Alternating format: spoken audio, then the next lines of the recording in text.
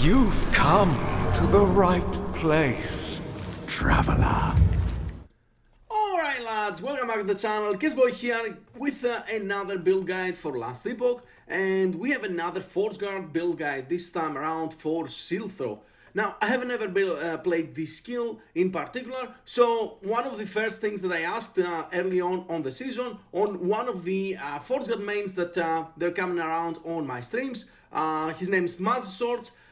I asked him, please cook me a planner with the Sigion's Reprisal and the new idols that we have, the minor idols that they have the reflect flat damage. These can all pretty high, up to 150 reflect, and with the shield we are converting that into flat damage for our shield throw. So he cooked up a planner for me. I worked up a little bit of the gear, and I went for it. It took me a little bit longer than I would like to farm the gear, because we do have some important items that they're a little bit tougher to farm, but the build is super fun. Honestly, I'm in love with it. It's given me a little bit of vibration from PoE with the Spectral Shield Throw, and I absolutely love that. Now, I want to be very clear. I'm going to give you a couple of different variations, especially for the single target, so make sure that you watch the explanation part of the video. As per usual, chapters on the YouTube for your own convenience, just like with every one of my build guides. Now, the build is still very tanky. It is a Forgeguard after all. Not as tanky as the Phalanx one, of course, though, but we do get a fair amount of tankiness and some layers. The issue with the build is coming from a little bit of the clunkiness on the Ring of Shields, actually. You know, it's a minion. ESG hasn't really given us a lot of good things about minions lately. Hopefully next season it's gonna be their time to shine. So, you know, we have to do a little bit of a thing here with the Ring of Shields, because we are basically bouncing our shield throw around our Ring of Shields for our single target, but when the minions from the Ring of Shields die, then you lose a lot of your single target until you get the next cast, right? We don't have a lot of flexibility on the items and our gearing to get more cooldown recovery rate, so that we can have our shields up all the time. We do get a little bit from the passive on block effect, but it's just not good enough, man. Especially when I started doing 1000 corruption or obis. I mean, our DPS was fine, we could tank him, that was not a problem, but you want to, you want that extra little bit that it's gonna give you a lot of nice boost on your damage and quality of life, honestly. That's the biggest part of this, right? I do really enjoy the build, had a lot of fun. The build is definitely very potent, and I don't like saying this about the builds that I'm posting here, but honestly, I do feel like that with a lot better gear than what I have right now, a few key pieces are missing, that's why I'm saying, but with a lot better gear, I think this build could also be uber viable. I have done a little bit of testing on it. Our tankiness is very good, but again, our single target requires a little bit of extra help. I still have a very bad one-handed axe here, as you will see on game in just a little bit. So yeah, it's a weird situation. I couldn't find my upgrades that easily on MG this time around. Honestly, because I'm gonna be restarting COF today, actually, I am really tempted to recreate this on Circle of Fortune and get some insane gear and get to Uber of down with this build. Like, it would be a very nice goal to have. Now, anyway, let's get into the client, show some other things, and see what we have here. Of course, I'm gonna present you all the planners as well.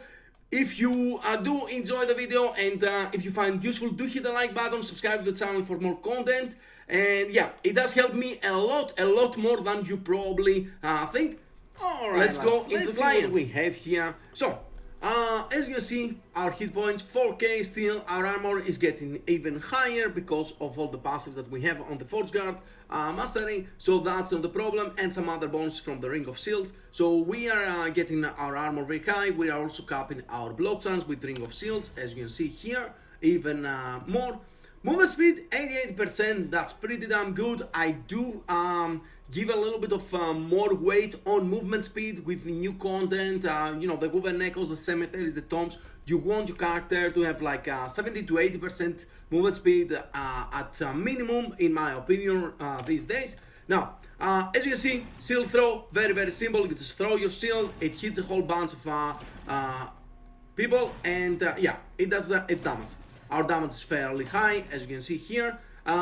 We have complementary skills, symbols of hope for our buffs and our damage, abyssal echoes that we're gonna see in just a little bit, and then we have one free slot for any movement skill that you want to play. I'm playing with Sildras. I like it. They kind of fixed it for the most part.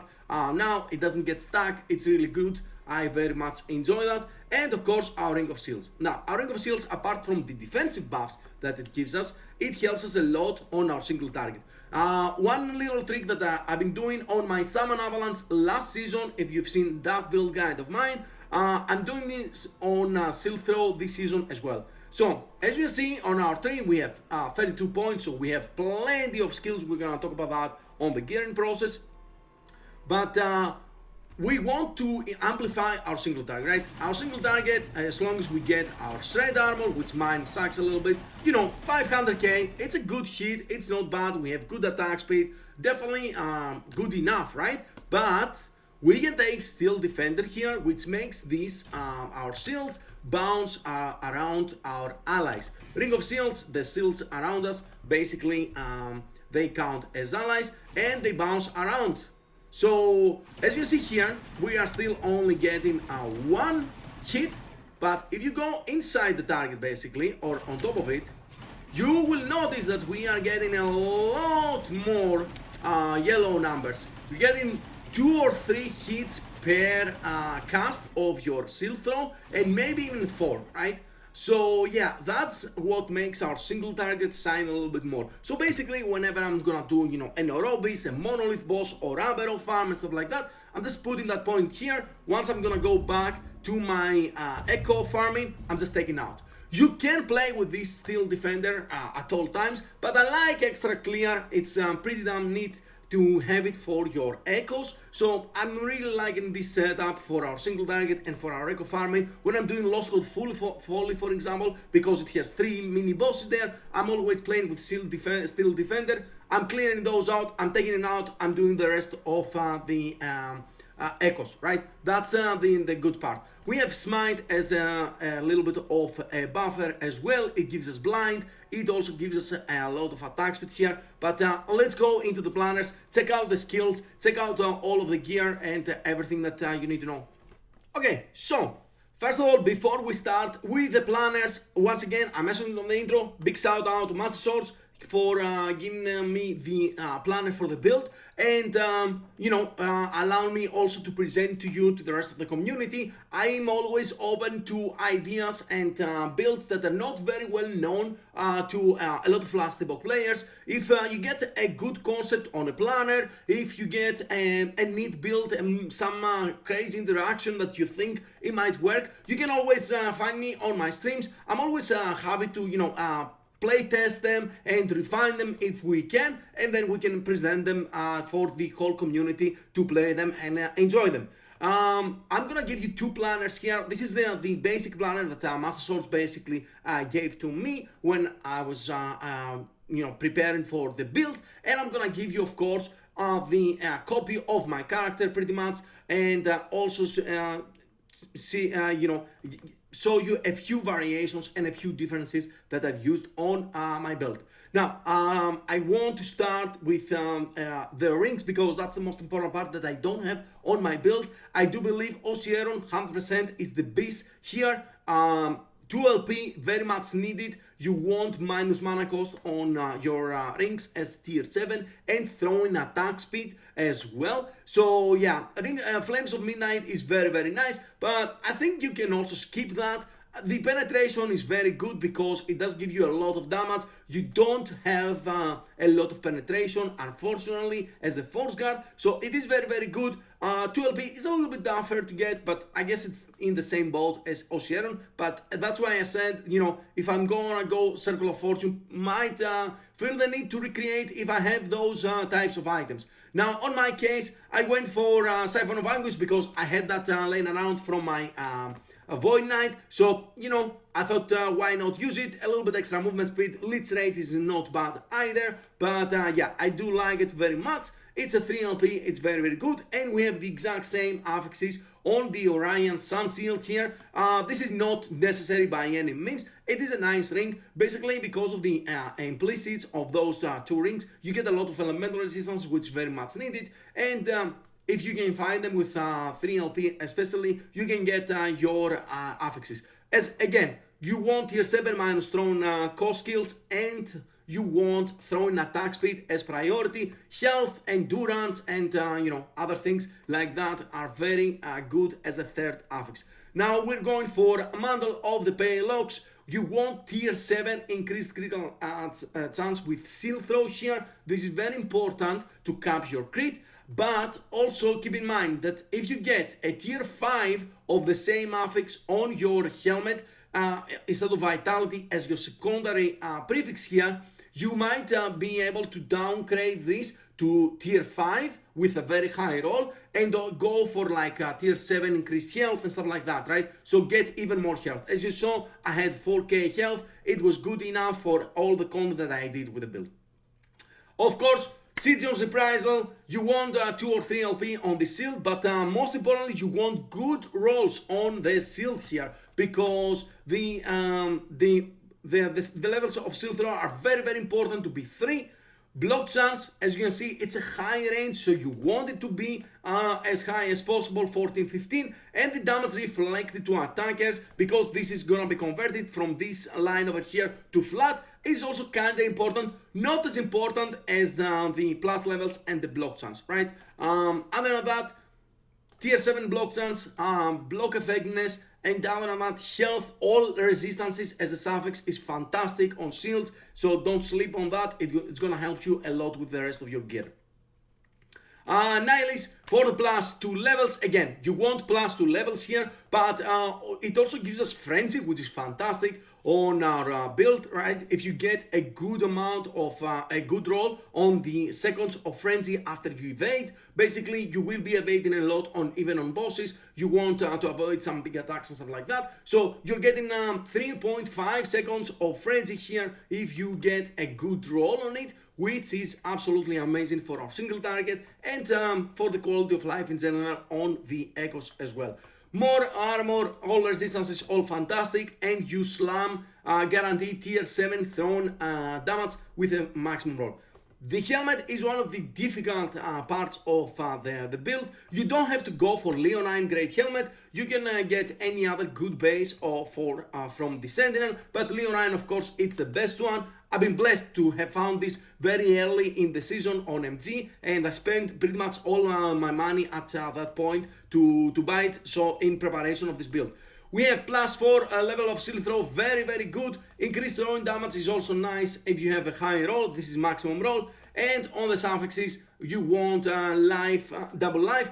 If you don't go for Leonine, maybe you want increased percent life and go for fortification, so you can cap your reduced damage from bonus. But don't worry, because we have blind on the build anyway, so you're gonna be good on that regard anyway. For our graphs, Lirakas close. This is the first time I'm using this item myself on a build, but it has incredible amount, up to 130% crit multi. This is the only roll that you want. Use the turtle to reroll a whole bunch of them so that you can get very high. The endurance is actually pretty good if you can get it high, but this is the most important part. It's a huge crit multi for your build. Throwing attack speed, flat throwing, pretty self-explanatory, I think, by that at this moment. Razorful boots, again, you want the +2 levels on throwing skills.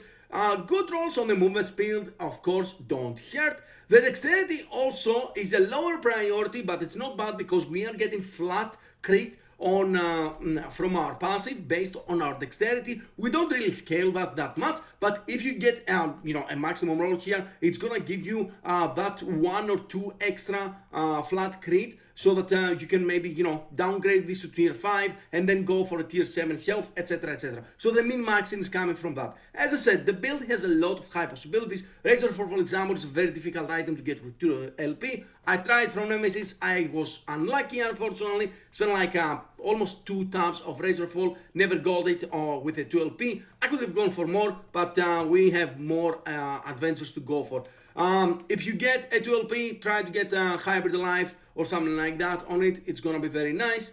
Now, Thorn Slinger here once again, it's a little bit of throwing attack speed, movement speed, and you do not get the +1 physical because we are converting into fire. But yeah, it's just a very nice belt, and it does have a little bit of that damage reflected to attackers, so it amplifies a little bit on our flat there. Health, double health here is very, very good. Be better gamer than me, and do not miss your cleanse on your prefix because that's very, very important.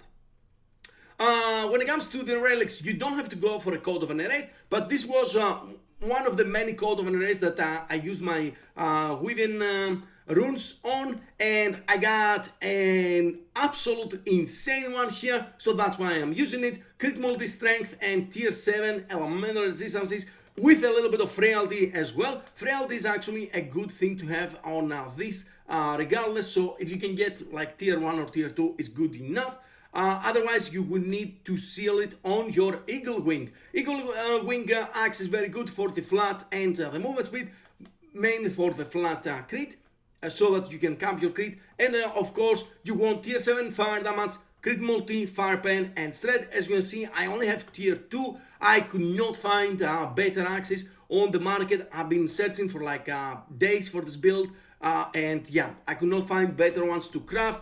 I failed my forging potential on this one, and this is what I ended up. As you can see, the build still has a lot of upgrades to get, even though the gear is already pretty good, right? So that's why I'm saying that this build has a lot more potential than this. Of course, the end game of this, I think, would be Southern Worlds, just like most builds these days. Honestly, the increased effect of frenzy with the Nihilist is a very good combination. More attack speed for us, +1 level skills, definitely can use that. All attributes fantastic as well. Flat crit, fantastic. You can even go with a different weapon then, and amplify your damage there a little bit more. So yeah, a lot of different possibilities, right? You get also haste, of course, less damage taken. This relic is just insane. Okay, I'm gonna talk about the passives on the base planner of Masterswords that I'm gonna give you here, because this is how you want to start your build, right? On the Sentinel, we do get 8 points here on the Judgment, and just the block here, less damage taken, life and cooldown for our movement skills. We want to travel basically on Blade Master, that's why we're taking everything here. Time of Faith and Blade Master. This is not very important because we are not really using that, so you can invest more on Vitality, but on this planner in particular, actually Masterswords using Smite as the traversal. I don't very much enjoy that, so I changed that myself for my own. So you have both options. On the Forgeguard tree, we want to get our block here, and we are traveling here. This is very good because the physical shred stacks will also be converted into fire, so we're getting +4 fire shred per hit, which is really very good. And this is gonna give you a little bit of extra mana cost. So in this variation, you cannot get the extra ricochet because your mana is not really amazing. But we can change that. I'm gonna show you how I did it on my own. Little bit of health. This is very important. You need to max this out. So damage taken by reflected by attackers 240, and also the threshold is giving you more damage reflected per 1% mitigation. So yeah, it's very, very good to have that as well. So basically higher armor is gonna give you higher flat, and higher flat for your shield throw. That's the interaction. We are traveling here to get the crit multi and the flat per dexterity. So on this note here, you can put as many points as you need so that you can cap your crit, right? If you need a little bit extra dexterity, this is 2 dexterity per point. If you need a little bit of extra, you can add 1 or 2 points here, or you can subtract 1 or 2 points. Health and strength, of course, and we are traveling here for the less damage taken and the block chance and shield crafter so that you can have our minions out. If you want frailty, this is a good spot to get it early on, as I said. Otherwise, you get it from your gear.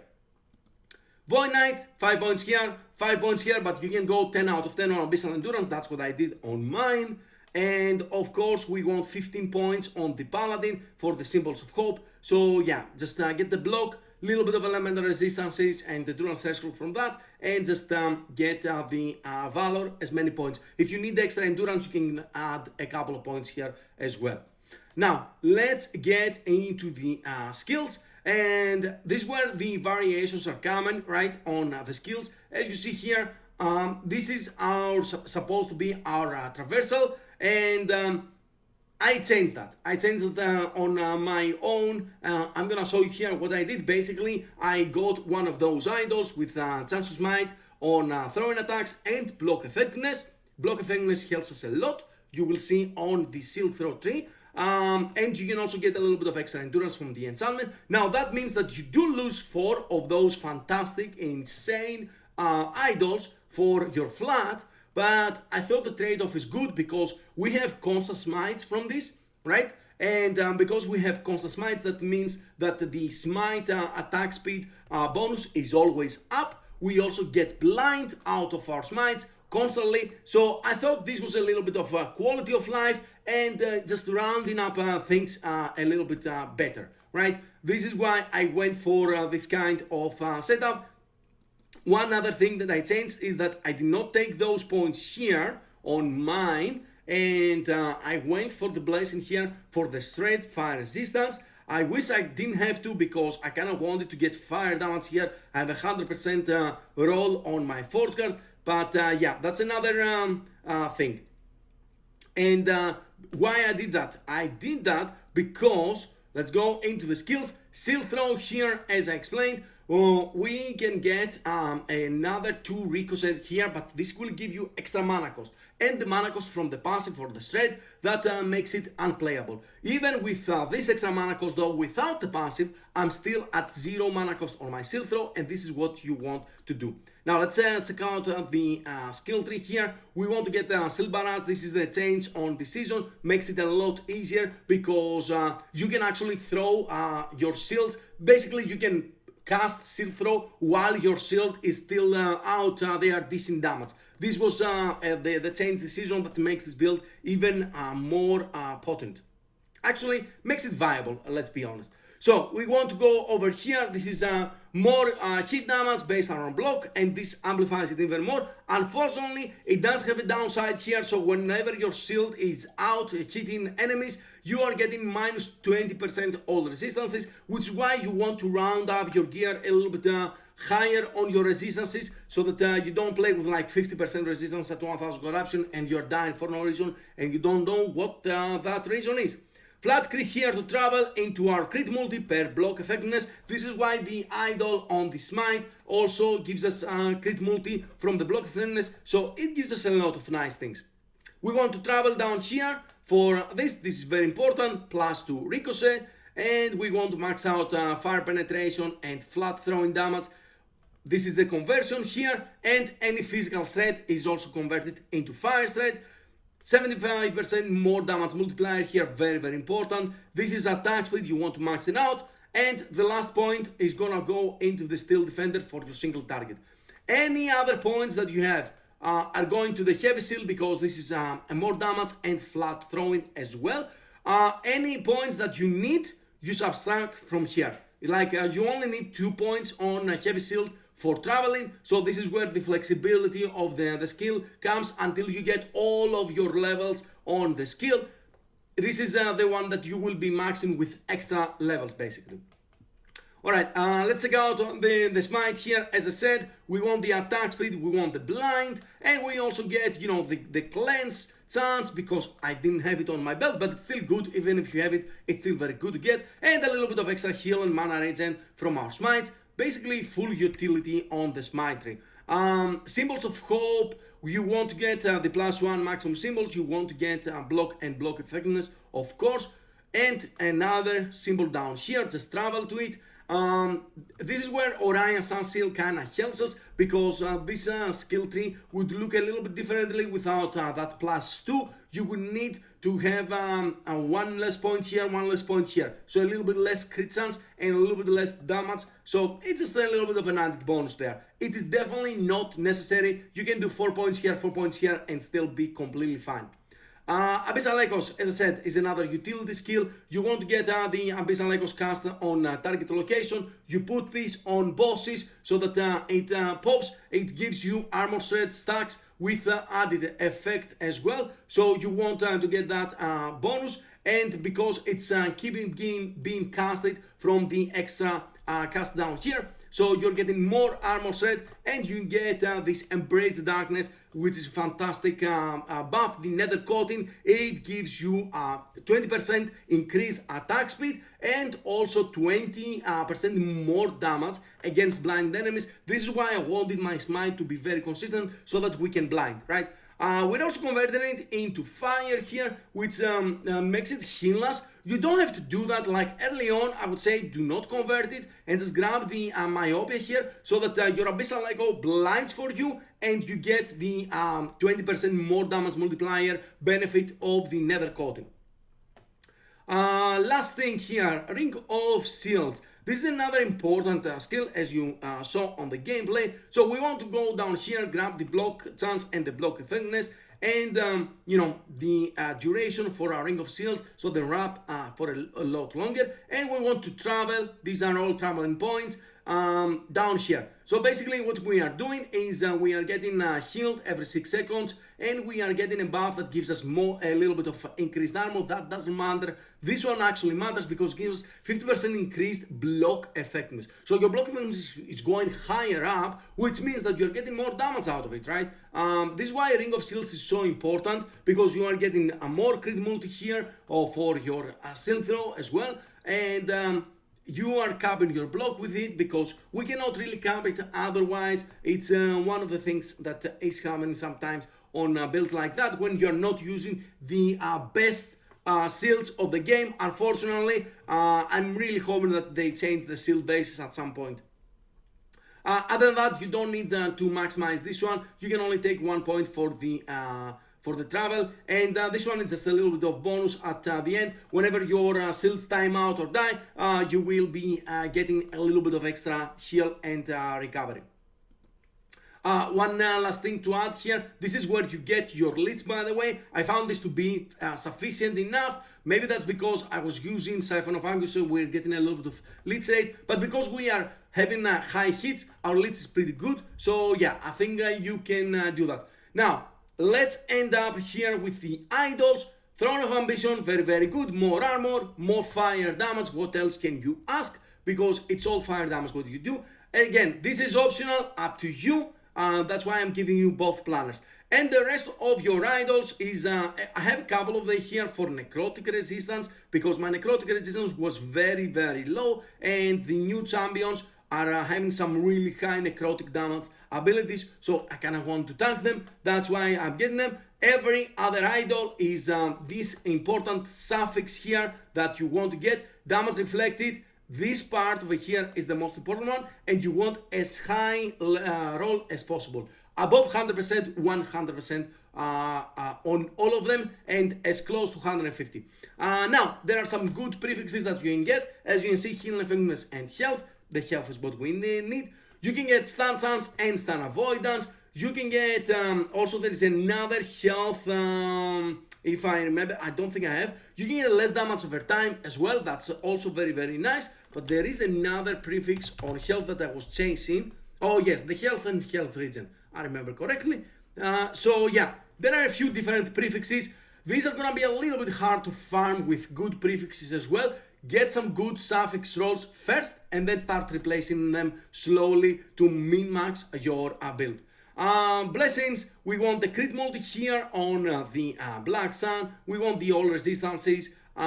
This one is a little bit flexible. You can get the armor, you can get endurance, you can get fire damage, you can get straight fire on hit, whatever you want to round up your build. And we want the block and block effectiveness. Again, block effectiveness helps us. And stun chance on ending the storm. We are actually stunning quite a bit. We are also stunning some bosses, not as often, but honestly, if you get more idols, like with the stun chance and stun avoidance, you're probably gonna be stunning even more. We have a lot of hits and they're high crits, so yeah, we're stunning quite a bit.